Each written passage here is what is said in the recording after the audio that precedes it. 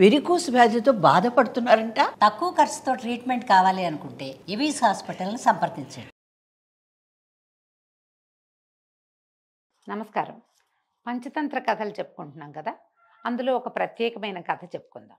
పూర్వం ఒక అడవిలో వజ్రదంష్ట్రుడు అనే పేరున్న ఒక పెద్ద సింహం ఉండేదట. దానికి 2 ఫ్రెండ్స్ సేవకులుగా ఉండేవాళ్ళు. క్రవ్యముఖుడు అనే ఒక తోడేలు, చతురకుడు అనే ఒక నక్క కూడా ఈ రాజుగా ఉన్న వజ్రదంష్ట్రుడిని ఆశ్రయించుకుని అతను ఏదైనా వేటాడితే అతను మిగిల్చిన ఆహారాన్ని తింటూ అతనికి సలహా సంప్రదింపులు చేస్తూ తోడుగా కంపెనీ ఇస్తూ ఉండేవాట. అయితే ఏమైంది, ఒకసారట ఒక ఒంటెల గుంపు ఆ అడవి దారిన వెళ్తూ వాట్లల్లో ఒక కడుపుతో గర్భవతిగా ఉన్న ఆ ఆడవుంటే దానికి నొప్పులొచ్చి సమూహంతో పాటు వెళ్ళలా, ఉండిపోయింది. అడవిలోనే ఉంది. నిదానంగా నడిచి వెళ్తూ ఉంటే ఇది ఆహారంగా పనికొస్తుందని భావించినటువంటి క్రవ్యముఖుడు, చతురకుడు 2 కలిసి వజ్రదంష్ట్రుడిని ప్రేరేపించిన ఒక ఒంట వచ్చింది. దాన్ని కొడితే బ్రహ్మాండమైన ఆహారం, ఒంట మాంసం రుచిగా ఉంటుందనేసరికి ఈ వజ్రదంష్ట్రుడు అనే సింహము ఎక్కువ వేటాడే పరిశ్రమ లేకుండా సులువుగా దొరుకుతుందని ఆ ఆడ ఒంటని కొట్టిందట. కొట్టేసరికల్లా ఏమైంది, దాని పొట్ట చీలిస్తే అప్పుడే కనడానికి సిద్ధంగా ఉంది కదా, అందులో ఉన్న ఒక ఒంటె కూనని చూసి సింహం ఆశ్చర్యపోయింది. ఒంటె పిల్ల ఉంది, పొజ్జలో ఉంది, ఇంకా కాసేపట్లో బయటకు వస్తుంది. అది దాని ఒరిజినల్ మార్గంలో రాకుండా ఈ సింహము, తోడేలు, నక్క పొట్ట చీల్చటంతో బయటకు వచ్చేసింది అనమాట. ఆశ్చర్యపోయిందట సింహం. ఈ ఆడ ఒంటె తాలూకు మాంసాన్ని తినేసి ఆ బయటపడిన కూనని మాత్రం చాలా ముద్దు చేసింది సింహం. ఆ పసిగుడ్డును చూసేసరికి సింహానికి నచ్చిందనమాట, వజ్రదంష్ట్రుడికి నచ్చి, ఓరి నీకేం భయం లేదు, నువ్వు మాతో ఉండు, నా దగ్గరే ఉండని ఆ ఒంటె పిల్లని తమతోటి ఉంచుకుంది. ఆ చిన్న ఒంటెకి చెవులు ముద్దుగా ఉన్నాడు, శంఖాల్లాంటి చెవులున్నాయని శంఖుకర్ణుడు అని పేరు కూడా పెట్టి తనతో పాటే ఉంచుకుంది. ఆ శంఖుకర్ణుడు ఈ వజ్రదంష్ట్రుడు ఎక్కడికి వెళ్తే అక్కడికి వెనకాల పడి తిరుగుతూ వాళ్ళతో పాటే ఉండేది. క్రమంగా యవనావస్థకి వయసు పెరిగింది, అది పెద్దదైంది. ఒక 3, 4, 6 నెలలు గడిచేసరికి ఇంతున్న పిల్ల పెద్దదవదా, అలాగే అయ్యింది. సరే, ముగ్గురు కలిసి తిరుగుతూ ఉండేవాళ్ళు. ఈ తోడేలుకి, నక్కకి ఒంటె మాంసం మీద రుచి ఉన్నప్పటికీ రాజుకి పరమ ప్రీతి అవడం వల్ల ఈ శంఖుకర్ణుని అవి ఏమీ చేసేవి కాదు. అది కూడా ఆ గడ్డి తింటూ, ఆ చెరువుల్లో నీళ్లు తాగుతూ, వాళ్ళ ముగ్గురు మాంసాహారం తింటుంటే తను శాకాహారం తింటూ వాళ్ళ వెనకాలబడి తిరుగుతూ ఉండేది. కొన్నాళ్ళు అయ్యాక ఏమైంది, ఆ అడవిలో ఒక మదోత్కటం అనే ఒక పెద్ద ఏనుగు ఉందట, ఒక గుంపుకి రాజు. ఆ ఏనుగుకి ఈ వజ్రదంష్ట్రుడనే సింహానికి రెండిటికి యుద్ధం జరిగేసరికి ఆ ఏనుగు దాని పెద్ద పెద్ద దంతాలట వజ్రాల్లాగా ఉన్నాయట, అంటే వజ్రాయుధంలాగా ఉన్నాయి. వాటితోటి సింహాన్ని పిచ్చి పిచ్చిగా కుమ్మేసింది. అది సింహానికి దెబ్బలు తగిలేసినాయి, దానికి ఓపిక లేదు. బతుకు జీవుడా అని పారిపోయి ఇచ్చేసింది. పారిపోయేసరికల్లా ఒక 3, 4 రోజుల పాటు ఒళ్ళంతా నొప్పులుగా ఉన్నాయి. అది ఆహార స్వీకారం చేయలేదు, దానికి ఓపిక లేదు. ఓపిక లేకపోతే మరి అది ఆహారం అది కొడితేనే ఈ 2 జంతువులు తింటాయి, తోడేలు, నక్క. ఈ తోడేలు, నక్క ఏమనుకున్నాయి, ఎలాగైనా రాజుని ఈ కుర్రాన్ని శంఖుకర్ణుని కొట్టేలాగా చేయాలనుకుని కాసేపు డిస్కస్ చేసి ఏం చెప్పినాయి, అలా కాదండి, వాళ్ళంతటా వాళ్ళు ఒప్పుకుంటే ఎవరినైనా మనం ఆహారంగా తీసుకోవచ్చు, మీరు వేటాడే చేయక్కర్లేదు, శంఖుకర్ణుడికి మేము అర్థమయ్యేలాగా చెప్తామని ఆ శంఖుకర్ణుడికి ఏమన్నారు, ఒరే నువ్వు భలే తెలివైన వాడివి, నీకు చూడు, నీ దగ్గర ఒకటి తీసుకుని నీకు 2 ఇచ్చారనుకో వడ్డీగా, ఎంత లాభం అంటే లాభం అన్నాడు శంఖుకర్ణుడు.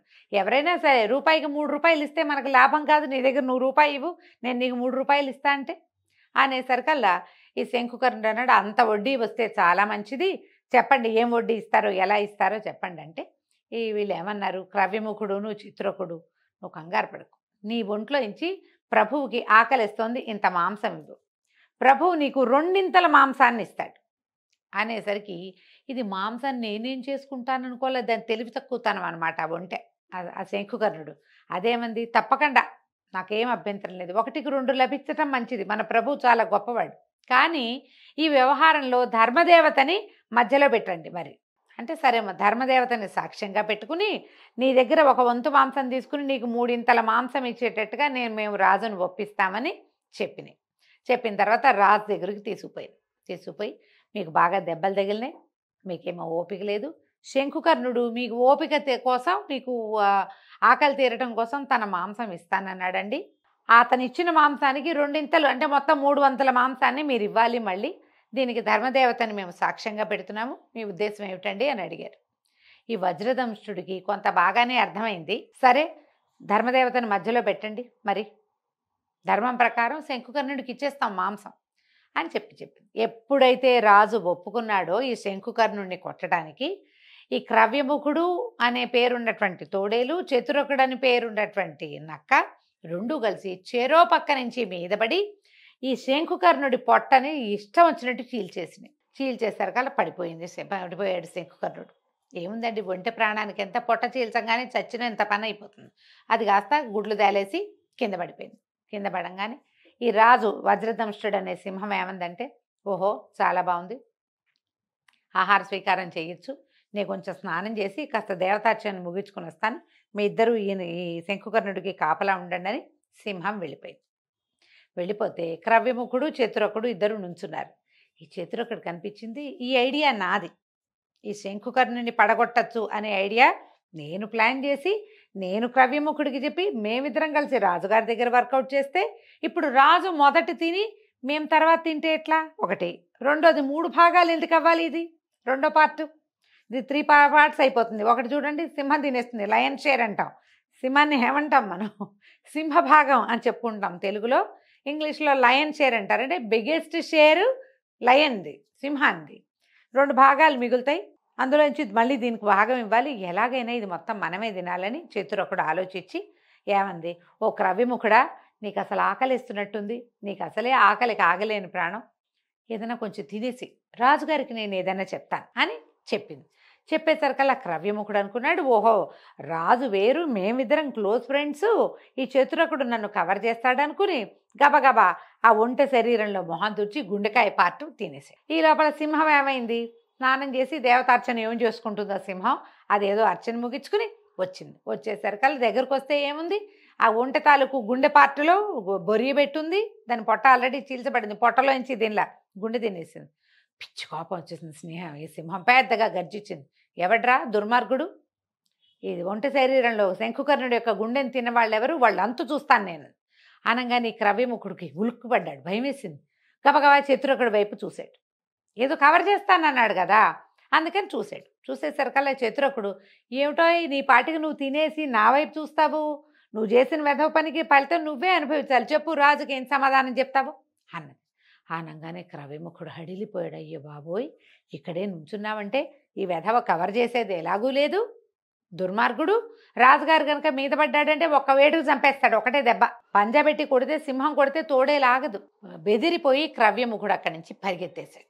ఇంతలో ఈ చతురకుడి తెలివితేటలకి దేవుడు కూడా తోడయ్యాడనమాట. దూరం నుంచి ఒక గంట చప్పుడు వినిపించడం మొదలెట్టింది. రాజు సింహము ఈ ఒంటె మీద ముఖం పెట్టింది కూడా మొహం వెనక్కి తీసుకుని, ఒరే నాయనా ఏమిటో శబ్దం అవుతుంది, ఆ విచిత్రమైన శబ్దం ఏంటో చూసిరా, దానికి ఏమైనా ప్రతిక్రియ చేయగలమేమో చూద్దాం అంటే ఈ నక్క, ఈ చతురకుడు ఏం చేసింది, ఇక్కడి నుంచి వెళ్ళి పైకి గట్టు మీదకి ఎక్కి చూసేసరికల్లా దూరంగా ఒక ఒంటెల బిడారు నడిచొస్తుంది. వాళ్ళు ఏం చేశారంటే మొదట ఉన్న ఒంటెకి మెళ్ళలో ఒక గంట కట్టారు, ఆ బిడారు తలుగు మొదటి వెంటకి. దాని టింగ్ టింగ్ శబ్దం వల్ల వాళ్ళు ఎక్కడున్నారో వాళ్ళ ఫ్రెండ్స్కి లేదా తర్వాత బిడారు వాళ్ళకి తెలుస్తుంది, వాళ్ళ ప్లాన్ అది. కానీ నక్కకి చూడండి, తెలివిగల వాళ్ళకి ఇంత దొరికితే చాలు, దాన్ని పెంచేస్తాయి. అదేం చేసింది, చకచకా పరిగెత్తుకొచ్చి, ప్రభు ఇంకేముందండి, కొంప మునిగింది, మీరేమో ఒంటెను గుట్టిచ్చేశారు మాతోటి, యమధర్మరాజుకి విపరీతంగా కోపం వచ్చింది, వాహనమైనటువంటి ఒక పెద్ద ఒంటెని పంపించాడు, అది గంటలు కొట్టుకుంటూ వచ్చేస్తోంది మీకోసం, మీరు ఒంటెని కొట్టారు కాబట్టి ఒంటెని మీ మీదకి పంపించాడు యమధర్మరాజు, మీ ఇష్టం అండి అన్నాడు. అనగానే భయం వేసింది సింహానికి, అయ్య బాబోయ్, ఈ ఒంటెని చిన్నప్పటి నుంచి పెంచి దీన్ని కొట్టేశానని, దానికి చావు ముంచుకు రాకముందే నేనే చంపేశానని యముడికి కోపం వచ్చింది, ఇప్పుడు ఈ గంట మోగించు ఆ శబ్దం వస్తోంది, వాడు వచ్చి మీద పడతాడో ఏమిటో అని చెప్పి ఒక్క దౌడు తీసింది అక్కడి నుంచి. సింహం కూడా పరిగెత్తగానే, ఒంటెలు ఏం చేస్తాయి, ఒంటెలు ఏమీ చేయలేవు, వాటి దారిని పోతాయి కూడా. ఈ నక్క ఈ ఒంటె శరీరం దగ్గర కూర్చుని, ఈమె శంకుకర్ణుడి దగ్గర కూర్చుని చక్కగా ఫ్రెష్ మాంసాన్ని శుభ్రంగా ఆరగించి తర్వాత దాన్ని ఈడ్చుకుపోయి ఒక పొదల మాటను దాచిపెట్టుకుంది. తెలివితేటలతోటి ఇతరులకి ఆహారంగా ఉండవలసింది లేదా ఇతరుల వల్ల పంచుకోవాల్సింది అయినటువంటి ఆహారాన్ని తనొక్కటే తినే ప్లాన్ చేసుకుంది. తెలివిగా ఇలా చేయాలి, మాంసం తింటామని కాదు కథ. ఏదైనా సరే ప్రతిసారి ఒక స్పాంటేనిటీ ఉండాలి. మనది విజయం అవ్వాలంటే మనకి ఎంత స్పాంటేనియస్గా ఆలోచనలు వస్తాయి, ఎంత బాగా వాటిని ఇంప్లిమెంట్ చేస్తాము అనేదే చాలా ముఖ్యమైనది. ఇప్పుడు ఇందులో నక్క కన్నింగ్ మనకు తెలుసు, కథలో కూడా అదే కనపడుతుంది కదా. కన్నింగ్గా ఉండాలా, కన్నింగ్నెస్ కరెక్టా అని ఒక ప్రశ్న వస్తూ ఉంటుంది మనకి. అప్పుడప్పుడు కన్నింగ్గా ఉండొచ్చు, కన్నింగ్గా ఉండాలి కూడా. ఇలా కూడా మీరు యాక్ట్ చేయాలని రాజకుమారులకి చెప్పటం కోసమే విష్ణు శర్మ గారు ఈ కథని తెలియజేశారు. అంటే ఏ పరిస్థితి వచ్చినా దాన్ని తనకు అనుగుణంగా మార్చుకోవటం. ఇందులో వాళ్ళని మోసం చేయటము, కన్నింగ్గా బిహేవ్ చేయటము అనేది కాదు ప్రధానమైనది. ప్లాట్ అది కాదు ఈ కథలో. పరిస్థితిని తనకు అనుగుణంగా మలుచుకోవటము. అక్కడున్న గంటని సింహాన్ని బెదిరించడానికి వాడేసుకుంది నక్క. అది సహజమైన స్వాభావికమైన శబ్దం కదా. ఎప్పుడు కూడా పరిస్థితిని మనకు అనుగుణంగా మార్చుకోవటం ఎలా అనేదే ఆలోచించిన వాడు, ఆ విషయమే ఆలోచిస్తే వాడు గెలుస్తాడు. అంతిమ విజయం వాడిదే అవుతుంది. బాగా ఆలోచించండి, మెదడుకి పదును పెట్టండి అని చెప్పడం కోసం ఈ కథ చెప్పబడింది. కథ కంచికి మనం ఇంటికి.